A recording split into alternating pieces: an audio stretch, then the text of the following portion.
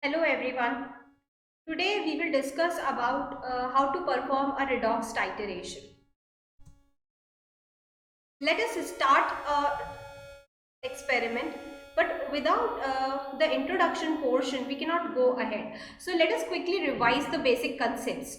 What do we mean by the word titration? It is basically a technique, but it is a quantitative technique. So it helps us to find out the quantity of a solution whose concentration is unknown to you. You want to know the concentration, and for that you take a help of another solution of known concentration. So basically you are going to use two solutions. One would be your unknown solution for which you want to know the concentration, the quantity, and you call that as a analyte. So the first solution which is unknown to you call it as an analyte. And the second solution which is known to you, means the concentration is known to you call it as a titrant.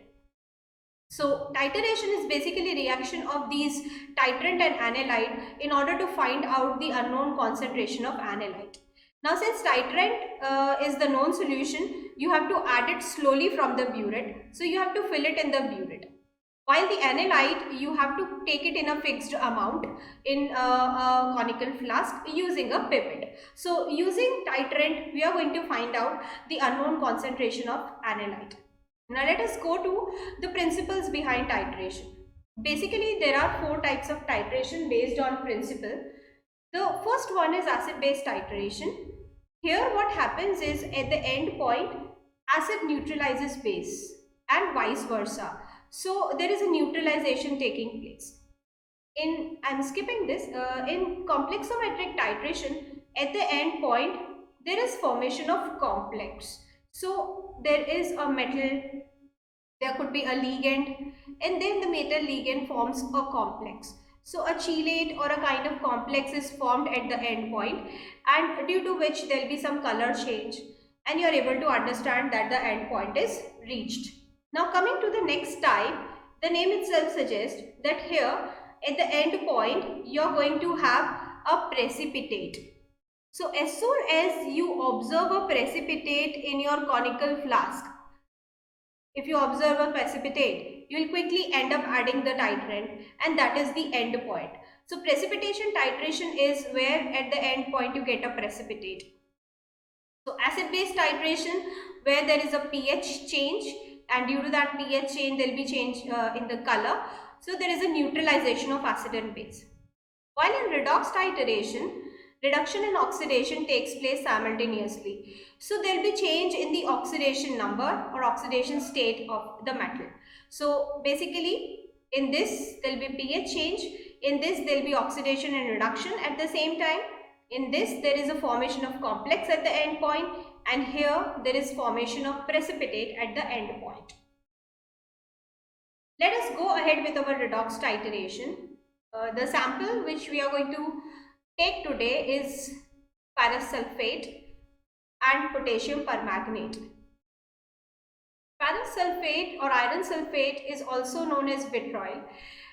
There you have to find out the amount of iron 2 plus iron present in it. So obviously this is our analyte for the day, because this is the concentration is unknown. While here the concentration is known, so this is a titrant for the day. Now as you remember, we have to keep the titrant in the burette, and we have to take this iron sulphate in the conical flask to pursue the titration. Now here the apparatuses would be very simple: burette, pipette, conical flask, beaker, etc. I have posted a separate video containing all of the apparatuses which are used in chemical lab, so you can refer that also. In chemicals, we are going to use KMnO4, H2SO4 and iron sulphate. H2SO4 we are going to use to provide the acidic medium. Now let us go with the reaction. What is taking place here? What is going on here? So if I quickly want to revise, what we are going to do is, you have to pipette out 10 ml of iron sulphate. So a fixed amount you have to use, let's say 10 ml. Then you will add around half of the test tube of iron of H2SO4. Around 5 ml you have to add acid to it to make it acidic. The solution is still colorless. Now you start titrating it with KMnO4. I hope you remember KMnO4 is pink in color, dark pink, you can call it as violet also. Because in KMnO4 you have Mn plus 7 ion, which is colored. So you have to perform the titration till it becomes pink. You have to add KMnO4 till it becomes pink. So that is the overall reaction. Let us see the overall reaction, what is going on. Now when I take 10 ml of iron sulphate, I have iron 2 plus ion present in the beaker. Now when I start adding Mn plus 7 from the top, from the burette to this iron 2 plus, what happens is iron 2 plus get oxidized to iron 3 plus and it releases one electron, and now this is known as oxidation. Loss of electron, increase in the oxidation state, and addition of oxygen, release of hydrogen also is oxidation. So here there is a release of electron, loss of electron, iron getting oxidized. What happens is Mn7 plus takes up that electron and it itself get reduced to Mn2 plus. So there is reduction also taking place. Loss of electron, iron getting oxidized, gain of electron, Mn getting reduced. So what happens at the very first drop? This iron 2 plus get oxidized to 3 plus and Mn plus 7 get reduced to Mn plus 2. Now still there is iron 2 plus left in the beaker, because at the very first drop around 10 ml you have taken, that entire 10 ml is not going to oxidize. So you have to continue addition of Mn plus 7 further. So let's do it, and let us say that we have added Mn plus 7 in a very enough manner, and now let us say that this is the last drop. Now what happens at the last drop when I add Mn plus 7 to this? Iron 3 plus would be present in the conical flask because iron is getting oxidized. Mn plus 2 obviously would be there because earlier it was there in the beaker. Now let us talk about iron 2 plus. What do you think? If it is still there in the conical flask? No. Complete oxidation has taken place. Almost that 10 ml has been oxidized. So this reaction is over. So now iron 2 plus is not left in the beaker and only iron 3 plus there in the conical flask. Now let's see about Mn plus 7. If I add a drop at this end point to this, what happens is this Mn plus 7 remains as such, because when there is no oxidation, there is no reduction. When there is no release of electron, there will be no gain of electron. As I said, the principle behind this titration is obviously reduction and oxidation taking place simultaneously. So then there is no simultaneous thing here, and then Mn plus 7 remains as it is. And now since this is pink in color, you will observe a color called pink. So earlier it was all colorless, but at the end point, due to the presence of this ion, which now comes into the excess, it becomes pink. So if you overall see the reaction, iron is completely oxidized to iron 3 plus, Mn plus 7 is reduced to Mn 2 plus, and the moment this reaction is over, you need to note the end point, and that is what the last drop do. The last drop remains as such in the flask, and that is how it is pink in color. So I hope now you understood that how you are getting a colorless to pink transition. It was colorless because of the ions involved, and it became pink because Mn plus 7 now was there in the conical flask unutilized. So let us go ahead with it. Let us see how to perform very quickly. This I hope you remember, or you can watch my video also another in which I have discussed these. It's known as pipette, and this is known as pipette pump. Obviously, we need to use it for taking the solution inside till this. I need to measure the 10 ml. So basically when you use your mouth to suck the solution inside, that's quite unhygienic and not accurate also. So we use a pipette pump to do that. If you can see a switch here, this, if you rotate like this, you can rotate it clockwise and anti-clockwise. So like if you rotate it like this, if you keep on rotating like this, it starts taking the solution inside. You just have to continue till you reaches the point. Now once the pipette is filled completely, you just do it in another manner and just rotate in opposite direction, and it will start releasing the solution again in the beaker. So that is how a pipette is to be used with a pump. Now if you want to do it in a faster manner, you can use utilize this switch. You can simply push this switch, and it will start releasing the solution at a faster manner. Very quickly, I think you know this is burette, and this is obviously a burette stand. So first you have to rinse the burette completely with water, and second is with your solution, which is KMnO4. So a little bit of the solution you have to pour in the burette and let it go. Then obviously you have to fill the burette with KMnO4. So now you have filled the burette with KMnO4. If you see the burette, you could have a knob here which you simply have to rotate clockwise and anti-clockwise. At the same time, you can have a switch also here to maintain the speed. So that's not a problem. Now let us go ahead with the next step. Now once you are done with filling the burette, you have to now take obviously FeSO4. So just take the pipette and add 10 ml of FeSO4 to the conical flask. Now I hope you understand this is a conical flask and it is not a beaker, right? This is a beaker. Now can you tell me, can we take a beaker here? No, because this is very narrow mouth while this is quite wide mouth. So if I keep on stirring the solution here, the solution may come out, right? So I can safely stir the solution here. Very easily I can stir the solution here. So normally in titration we prefer a narrow mouth container, which is a conical flask, rather than using a beaker. Let's go ahead with the second step. I hope you remember that I said after FeSO4 you have to add random amount around half test tube, around 5 ml of H2SO4. I said it is to maintain acidic medium.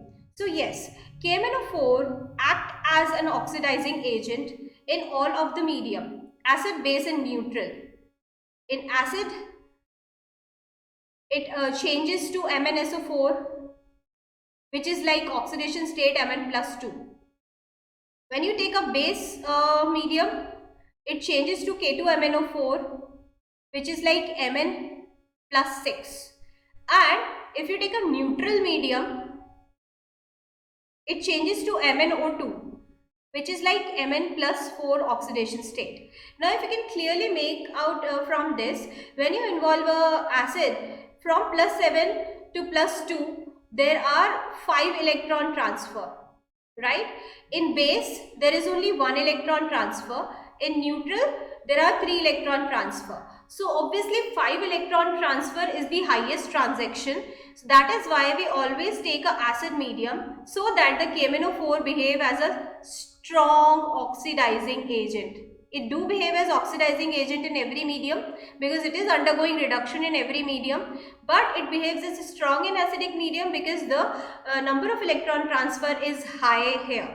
And at the same time, you could have thought about why H2SO4, why not other acids like HCl, HNO3, etc. Like these HNO3 is a strong one, which is a strong oxidizing agent, so it do compete with KMnO4.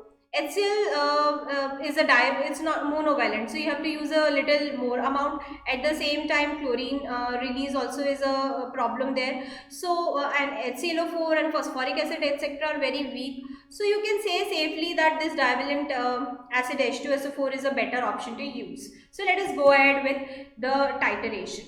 Now if you see here, what I am trying to do is addition of KMnO4 from the burette, but it is very fast. See, it is very fast. So in the titration, you are not supposed to do like this. It has to be a drop by drop addition. So this is first step to show you that you have to add KMnO4 but not fast, right? So that is not the right procedure to do the titration, not fast. But we do it for the first reading, which is known as pilot reading. I'll explain you later on. So now let us go ahead with what are you going to do. So this is what you are going to do. If you can see here, from the left hand, you have to switch on the knob. You have to control the speed of the drop. From the right hand, it is better to take the conical flask from the mouth area, hold it from there and stir it continuously. So now if you can see, I am just adding drop wise, which is the best option. And now you focus on the bottom of the container. As soon as you think that there is a chance of coming the end point, you can immediately stop. So the idea behind is to utilize both of your hands properly. Always take the knob with your left hand. Now I think the answer is going to come. So I'm just adding slowly, and every drop I'm just checking it. Now see, I have stopped adding it. What do you think? This color is perfect? Do you think it is the end point, or I want to add this also to make it dark? No, you're right. This is your exact end point. The color is pink. I said that Mn plus 7 is going to come in excess, which is going to give you pink. So the moment one ion is in excess, that is your exact end point. Here you don't have to add anything extra. Don't make it dark pink or good wala pink, right? So it is not about the color. It is about the principle. The principle says that as soon as Mn plus 7 comes into the beaker and remain as such, it itself does not get reduced. That's your end point. So let's go ahead with the titration purpose. So if you add extra, this would be the dark color, which is not the right thing. You don't have to make it dark. The moment you observe first pink, that is the end point. Now looking here, I think you can easily make out the end point. This is 10.1, 2, 3, 4, 5 and 6. So 10.6 is the answer. And with that, I would like to remind you all that there is a meniscus wherein you can see the upper meniscus and the lower meniscus. But when the solution is colored or the solution is colorless, you have to take the meniscus differently. If it is colored solution, you have to take a upper meniscus. If it is colorless, you have to take a lower meniscus. I hope you're not understanding it, so let me show it once again. This is the top of the burette, right? So when it is a colorless solution, you may observe that the drop is touching here also, which is known as upper meniscus, and the drop is touching here also, which is known as lower meniscus. So let's say if it is this is 10.0 and this is 10.1, you may get a confusion that which is the end point, what to write, upper or lower. For that, I am just revising it, that if it is colored, you have to take upper. Here it is colored solution, so this is the upper meniscus. When it is colorless solution, transparent, you can take this lower meniscus into the picture. Let us go ahead with the calculations and observation table. As I said, the first reading is a pilot reading, which is you can do it in a fast manner. It is a very rough reading, and let's say you got 10.6 here, right? So what you have to write here is, you have to just write it in a round off manner. So what you have to write here is 11, 0, 11. This basically gives you the range in which your answer is going to come. So as soon as you write 11 in the pilot now, you will get that your range is 10.1 to 11. So the first reading is helpful in finding out the range in which your answer is going to come. It could be rough also, it could be fast also, it could be anything. So the very first reading which we take, we round it off to the next higher integer. Even if it is written 10.2, you have to round it off to 11. So now what happens is, the next moment when I start my titration, I know that till 10, my answer is not going to come. But after that, I have to be extremely cautious to find it in an exact manner, right? So let's say I got the answer as 10.4 here, right? And then I got the answer 10.3 here. And then I again got 10.4 here. Right? So now what I'm supposed to write it in the concordant reading. In the concordant reading, it's nothing but consecutive same reading. Until and unless you get two consecutive same reading, you cannot write a concordant reading. So here if you see, your burette is still varying. The results are still varying. You cannot average and take the average and write it here, because it's basically nullifying your results, averaging your errors. We don't want error to be there in the titration. It needs to be exact. So for that, what you're going to do is, you need to perform the experiment till you get two consecutive same readings. So let's say if I get 10.3 here and 10.3 here, 2 and 3 are same, I can safely write 10.3. That means whatever I am doing is correct, and the burette is giving me consecutive same results, and that's how I can take it as a concordant reading. So always remember that the last reading which you take should be consecutive same. It could be first two readings same or second, third same, but until and unless you get consecutive same, don't write it as the main answer. Now that's calculation is very simple. N1, V1 and N2, V2 we take, and then normality multiplied by molecular equivalent weight gives you gram per liter. So I have to calculate it in grams per liter. So it's that simple.